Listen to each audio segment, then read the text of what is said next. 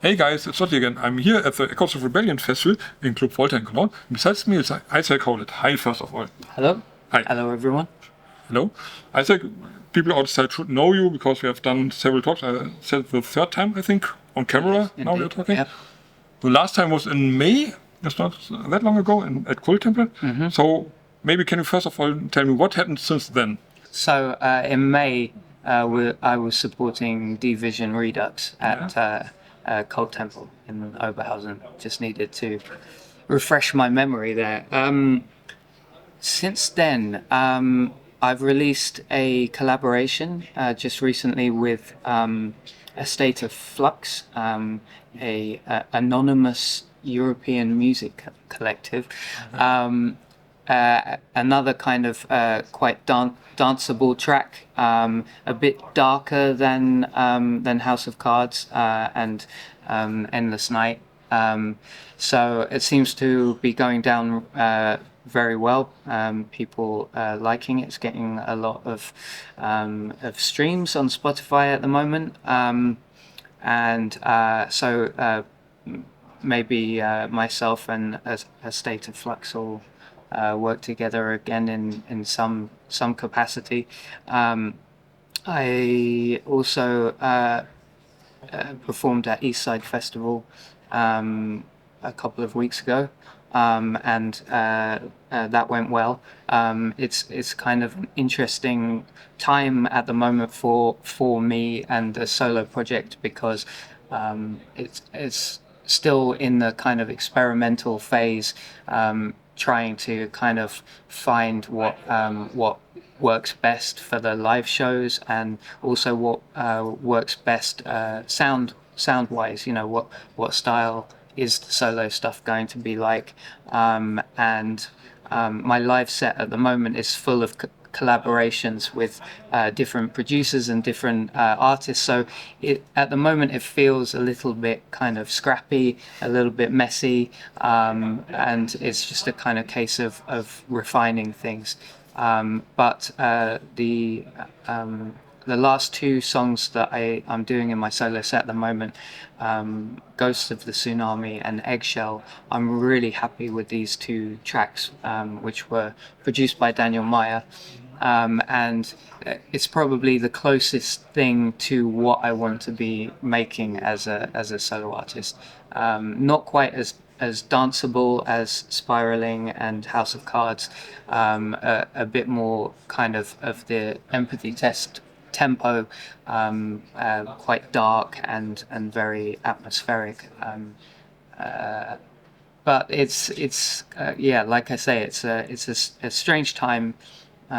Because I mean, I had someone wrote a review for Monkey Press, which I read this morning. Probably not the best time for me to read it, which was basically saying that my solo stuff was too close to the Empathy Test stuff, and they didn't really see the point in. Mm-hmm. But I mean, we've probably spoken before. There's a lot of things that people don't know going on in the background. You know, if they haven't sort of taken an interest beyond just listening to the music, they don't know that. You know, I would happily be releasing new Empathy Test music right now. These songs could have been Empathy Test tracks, but Adam, my collaborator in Empathy Test, has been busy with other things, and he's finally back and interested in making new music, but now I find myself at a point where I'm busy doing the solo stuff, so it's a long explanation of what's happened in the last few months. But I know, because we have done several talks, but it's cool that you mention it, because people, for example, who want to know more about it should watch our other interviews who explained it as well, like how it all came up, your solo stuff and stuff like this. So Empathy Test is not gone, but as you mentioned, Adam is busy, has not that much time, so the solo stuff. And I think there's a difference, because most of your new stuff is more up-tempo, is more like more poppy, you can say, not like pop and mainstream pop, but like dark pop, you could say. Yes, yeah. I mean, I personally, I don't think that it's that similar to Empathy Test at all. But I mean, if it's not really, I need to find out whether the guy that reviewed the show, whether he's a fan of Empathy Test or not. I mean, if he's not a fan of Empathy Test and Empathy Test music, then perhaps it could sound like the same stuff. To me, I had a completely different opinion thrown at me as soon as I left the stage. In the backstage, someone said to me that it sounded like every song was by a different band. So how can those two things be the same? Like, how can it sound too similar to Empathy Test but sound like every song's too different? So but as I say, yeah, it's kind of experimenting, and I think I've finally kind of reached a point where I've found the sound that I want to progress with, and so I will be releasing Eggshell very soon. It's being mastered at the moment, so should hopefully get the masters back today or early next week and set a release date for as soon as possible, probably 2 weeks time. Next single? Yeah, Eggshell will be the next single, probably end of July, beginning of August, and then Ghosts of the Tsunami, I don't know, 2 weeks, a month, whatever makes sense after that. Yes, a state of flux is quite a good description of the time. Things are changing rapidly. Changing my mind and opinion about things all the time, and hopefully things will start to kind of fall into place soon. So, I mean, your opinion about your music, not about, for example, politics and stuff. Or is it as well that you say, okay, the world is changing a lot, so I have to rethink everything? Yeah, true. Yeah, I mean, everything is changing rapidly at the moment, and the music industry, AI is going to make some huge changes very soon, and I guess we're all just trying to make sense of it and do our thing. This is a good topic, because AI is this something you are afraid of, or is it something that you say, okay, maybe I can use it for my way? I'm not really afraid of it. I do think that it's going to shake things up a lot, and I think it will, it will probably be like electronic music, like synthesizers. When synthesizers appeared, you kind of didn't necessarily need to be a musician to use them, and you don't really need to be a musician to write music on a computer. So AI is just kind of another tool that is coming along, but it is going to cause certain problems, and probably devalue music even further, even more than Spotify has done. But I think the thing that won't change is the fact that personalities and people and that human connection is the most important part of music, and that's not going to change, because you're not going to get that from AI. I mean, maybe down the line, but I'm sure that they can create emotional music and lyrics with AI, but it's just kind of copying. And I think that once how is an AI band going to perform live? They're going to have holograms. Yeah, like ABBA did. Or sorry, like ABBA did. Holograms, avatars. Yeah. This should maybe work. Yeah. Maybe it'll happen, but I don't think that it's going to fully replace musicians. But I think it's probably going to be harder to make money. It's still, same with illustration work as well. So Adam is an illustrator, and he was also making a lot of library music for TV and film, and what's going to happen is that he'll still be able to get work, but he won't be able to charge as much money as he did before, because they'll just be like, oh, you know what, we'll just get AI to do it. I think that's the main problem, as always, is artists getting paid less money. The revenue streams are always disappearing, and yeah. And I think the best way to deal with it is probably to learn about it and use it your way, and at least understand how it works, and so. maybe get the positive out of it, and then use it as a tool, for example. You can always tell when someone's like using AI for their artwork and stuff, and it's not as good. At some point, maybe it will be, but it's always, it's just about quality, and how you get to creating that quality is kind of irrelevant. The product will always be there. I think we're under a flight path. Yeah, it's just like that. Yeah. Eurowings. Oh, I've been in an Eurowings aeroplane last week.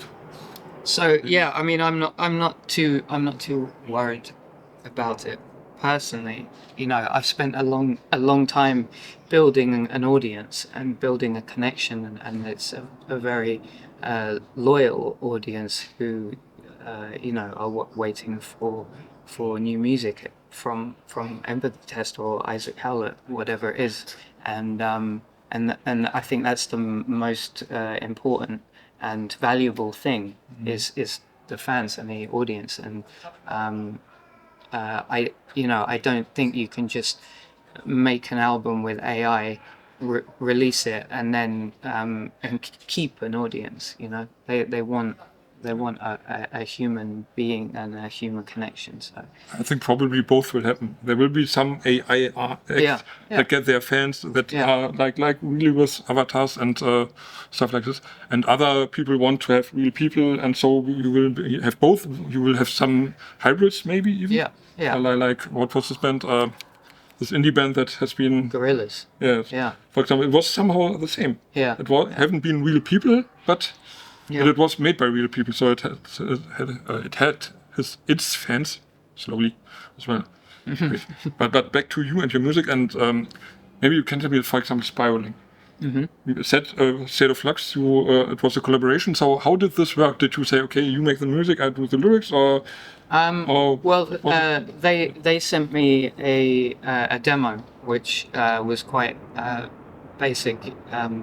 Drums, bass, some synthesizers, and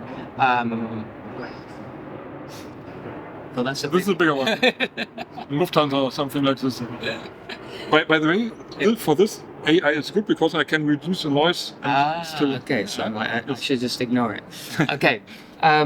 They sent me a demo, and then I just put it into Ableton, which is what I use to make music, and I came up with some lyrics and vocal melody, and then some other melodies on synthesizers and stuff, and kind of just threw some more ideas in, and then sent it back again. And it took over a year because we were both busy with different things, just sending stuff back and then waiting for the other person to do something and send it back again. And it was done entirely remotely. We've never met in person.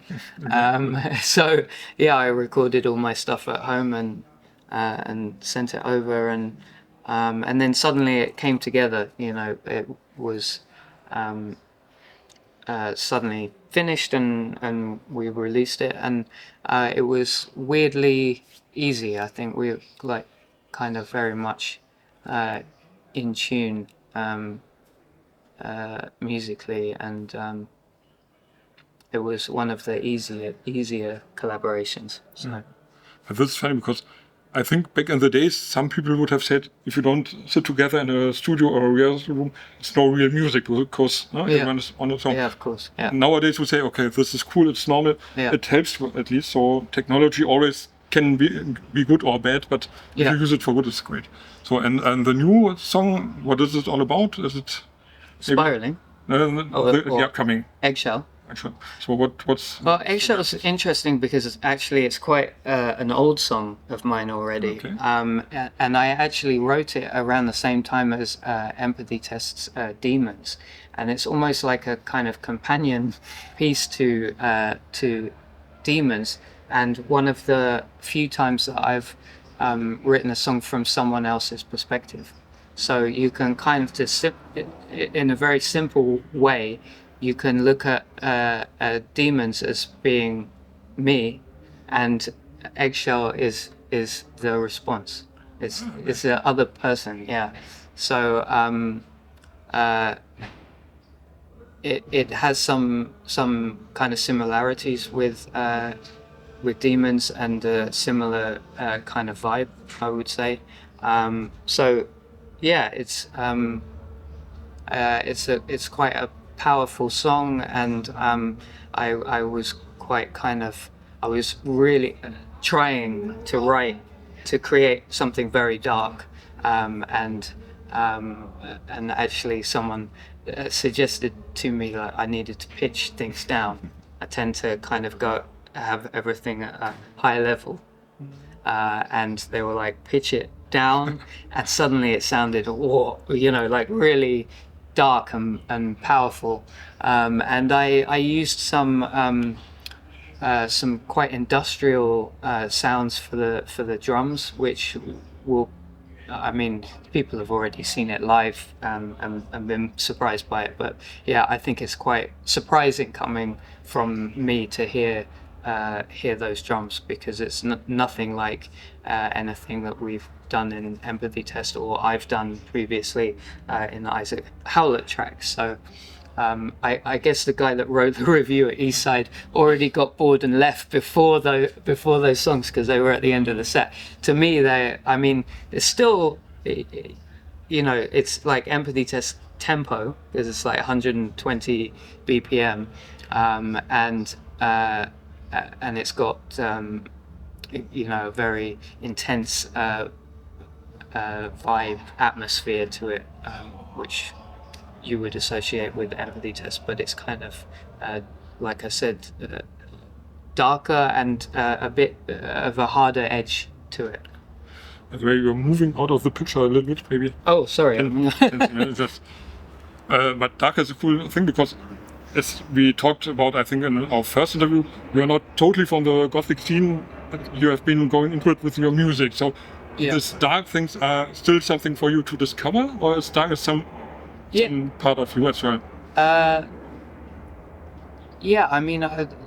The music that my favorite band is The Cure. So I do like kind of dark, and really it's kind of the atmosphere, and that's what I really liked about what Adam did in Empathy Test, was creating these musical landscapes that you really pulled you in and kind of washed over you, and I wanted to capture that same vibe.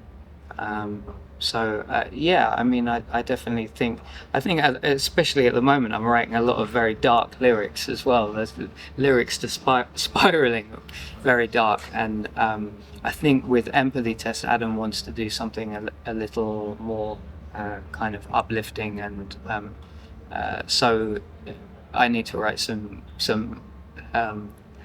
different kind of songs for an Empathy Test album. But I'm very much a kind of focus on one thing at a time. So I'm finding it quite difficult to, while all of this solo stuff is going on, to kind of sit down and write something different. I need to kind of get one thing done and out of the way, and then move on. At the moment, there's no new Empathy Test songs, but at some point, hopefully over the next month, I've got a break before the Empathy Test tour in September. Hopefully I can get some songs written that Adam will then work on. So people can expect something, but it has to take its time. Yeah, it's It's going to be probably next year. I mean, it would have been really good to have got a new empathy test song, at least one or two, ready for this tour. But at the moment, it doesn't look like it's going to happen, unfortunately. So. Yeah, great. And we'll come to an end slowly because I think Doors is soon and we want to prepare probably for your show. But we have to talk about one thing. I've written it down here. You shared this picture of you like being a vampire in daylight. Probably it was the live shot from... yeah, you're being attacked by a fly. Fly or bee? Oh, fly. Fly is okay. Yeah, I was on stage at Eastside when the sun was shining directly into my eyes, and it, I think at a certain point during the show, maybe the sun came out from behind a cloud and just completely blinded me, and it was very hot. So I was like, ugh! And then someone captured that moment on camera. So yeah, this is my girlfriend. Yes, and it was a great picture, but you didn't turn to dust, so... No, yeah. Are you no vampire, or do you have some good sunblocker? I'll keep people guessing on that front. Okay, great. Yeah, that's cool. But I think this kind of humor is something that is important to you as well. Yeah, and I've noticed there's quite a few questions that that we've not got to, and one is what is typically British about you, and I want to talk about this. Yeah, well, just my sense of humor is definitely very British, very self-deprecating, dry humor, I guess. And the other thing is I complain all the time, which is a very British thing to do. I think most people complain, but British people are very good at it, and they tend to do it. They don't like to actually tell the person that they're complaining about directly. So if you're in a restaurant, if two British people are in a restaurant, the food arrives and it's not very good, they'll sit there complaining about it, and then the waiter will come over and say, is everything all right? And they'll be like, oh yeah, it's fine. Because it would be rude to actually tell them that the food's not good.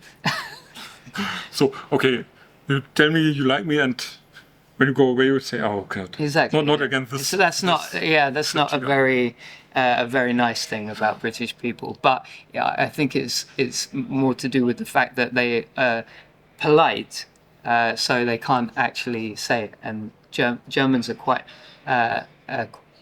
quite direct, so they could, kind of British people can be upset by German people easily because they're like, oh, like, you know, well, you didn't have to tell me to my face. Yeah, it's like for example, if you ask a German, how are you? You might say, oh, not that good, and British people would say, okay. Yeah, well, because you would never say, always say it's fine. Yeah. Your arm could be falling off, and you would just be like, oh yeah, I'm fine. Yeah. Because it's like awkward if someone actually tells you, oh no, I'm actually not doing very well, and then you're like, oh, okay. I was just asking to be polite. I didn't actually need to know about your problems. Yeah. But if you take these, then let's take this question as well, because I like it really. With which fictional character would you like to do a song together? Okay. I thought we were going to do fairy tale, but that's afterwards. Okay. Which fictional character to make a song with? That's something I've never really thought about. I mean, I'd love to make a song with Robert Smith of The Cure, but he's a real life person, not a fictional one. Maybe he's real life. Maybe he's an avatar as well. Yeah, I can't think of anyone off the top of my head. No, sorry. You think about it, and next time we I'll tell you next interview. Yeah. But favorite fairy tale? Favorite fairy tale, I had time to think of one. I saw that, and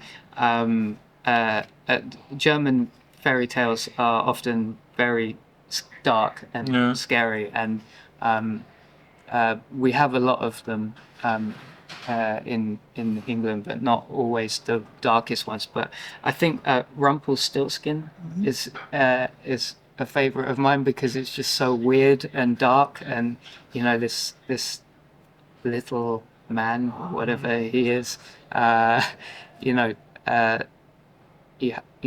making people guess his name. Yeah, I think that's great. At the end, tearing himself in two parts. Is that what happens at the end? He takes his leg, I think, and tears himself. Really? Yeah.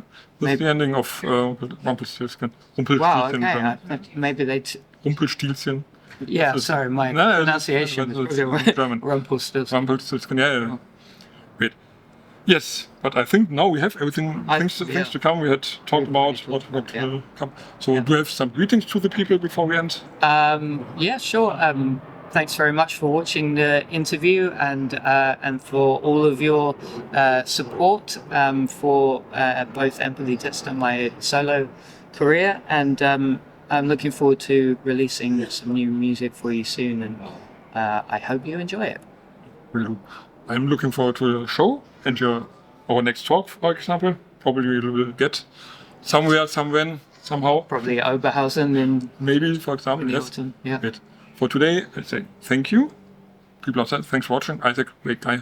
Let's say bye bye. Cheers. Cheers.